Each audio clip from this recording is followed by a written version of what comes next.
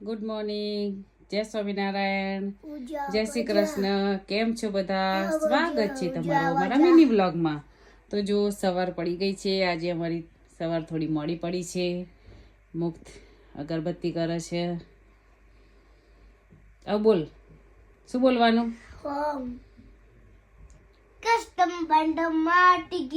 કષ્ટભંજન દેવ કી જય. સ્વામિનારાયણ ભગવાન કી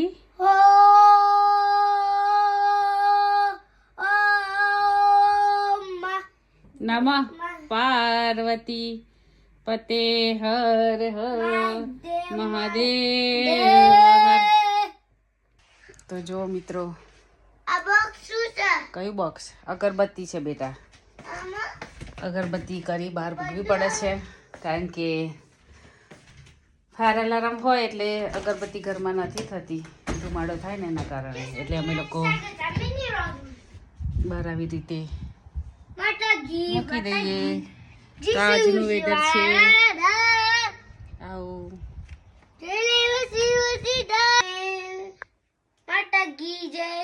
good morning, જય સ્વામિનારાયણ. સ્વાગત છે મિની વ્લોગમાં. જય શ્રી કૃષ્ણ. રહી ગયું. જય શ્રી કૃષ્ણ. મુક્ત ડ્રોઈંગ કરે છે. ચીલી આ બધાનું ડ્રોઈંગ કરી છે. મમ્મી પપ્પા કે બનાવું? ચીલી છે. ત્રી બનાય. અને આ સુરત દાદા દોડે છે, જો એને દોડતા આવડે છે.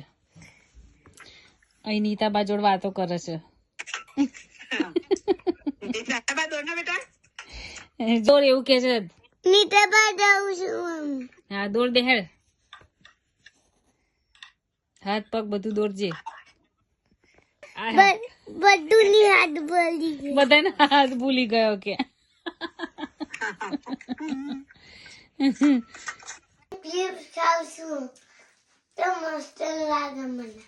હે મુક્ત જો ક્રિપ્સ ખાય છે. અને હું બનાવવાની છું આજે બ્રેડ પકોડા. તો કોના કોના ફેવરિટ છે બ્રેડ પકોડા, અને હું કેવી રીતે બનાવું છું એ તમારે જોવું હોય તો મારા વિડીયોને છેક સુધી જોજો. અત્યારે જો હું બટાકા છોલું છું. લાઈક કરજો. હા લાઈક કરજો, સબસ્ક્રાઈબ કરજો. અને નવો વિડીયો બનાવું છું. કંઈ બોલાઈ જાય, કંઈ બોલવાનું રહી જાય તો દિલથી બધાને સોરી. તો જો આવી રીતે બટાકા છોલી લીધા છે મેં. એને હવે એકના 2 કટકા કરી, પાણી નાખી, મીઠું નાખી અને એને 2 થી 3 સીટી કરી લઈશું. તો જો આવી રીતે કરી દીધું છે. હવે 2 થી 3 સીટી થવાની આપણે રાહ જોઈશું. માટે લાલ ચટણી બનાવી છે મેં, ને લીલી ચટણી બનાવી છે લગાવવા માટે. મુક્ત મારી સાથે સાથે છે. આજે એકલો છે એટલે, કારણ કે હરીને આજે મેચ છે, ક્લબમાં જશે.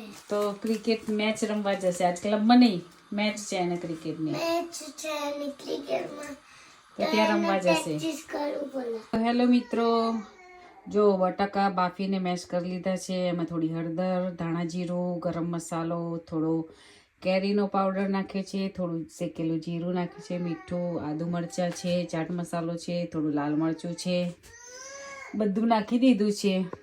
હવે એને મિક્સ કરીશું આપણે. જો બધું મિક્સ કરી દીધું છે અને એમાં લીલા ધાણા પણ નાખી દીધા છે. તો હવે હું બધું બ્રેડ ઉપર લગાવું એટલે તમને બતાવીશ. તો જો ચણાનો લોટ લઈ લીધો છે, એમાં થોડું મીઠું નાખી દીધું છે 1.5 ચમચી જેટલું, અને થોડી હળદર નાખી છે કે એના લીધે થોડો કલર સારો આવે. હવે એમાં પાણી નાખી મિક્સ કરી લઈશું. તો જો આવું ખીરું રાખવાનું, એટલે કેવું બ્રેડ અંદર જાય તો સરસ રીતે બોળાઈને પકોડા તરાય. જો એક બાજુ ગ્રીન ચટણી, એક બાજુ લાલ ચટણી લગાવી દીધી છે. હવે આપણે મસાલો લગાવીશું. તો જો મસાલો લગાવી દીધો છે. હવે આપણે આવી રીતે કરી અને તો જો મિત્રો, આપણે વચ્ચેથી કટ કરી લીધું છે. આવી રીતે થશે. અને પછી એને બેસનના ખીરામાં બોળી અને આપણે ફ્રાય કરીશું. તો જો મિત્રો, આવી રીતે બેસનમાં બોરી આવી રીતે મૂકી દેવાનું.